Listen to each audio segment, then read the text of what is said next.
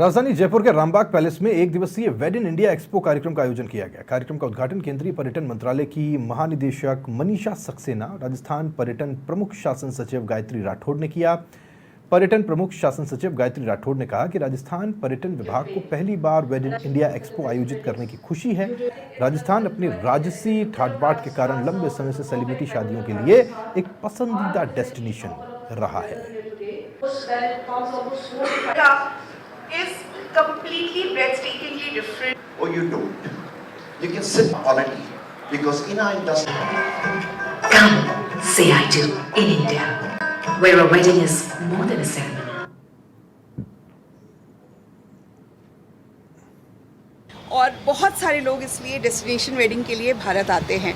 तो ये जो पूरा एक्सपो है, इसमें कोशिश ये है कि पूरी दुनिया से वेडिंग प्लानर्स को हम अट्रैक्ट करें भारत की तरफ, उन्हें दिखाएं कि भारत में कितनी डेस्टिनेशंस हैं, चाहे वो राजस्थान के फोर्ट्स और कैसल्स हों, चाहे गोवा और केरला के बीचेस हों, चाहे हिमालय के पहाड़ हों, और इस तरह के टी गार्डन्स हैं। नॉर्थ ईस्ट में बहुत सारी सुंदर लोकेशंस हैं। पिछले कुछ वर्षों से राजस्थान में सबसे जिसको कहनी चाहिए बड़ी बड़ी वेडिंग्स हुई है, जिससे पूरी दुनिया का ध्यान राजस्थान की तरफ आकर्षित हुआ है।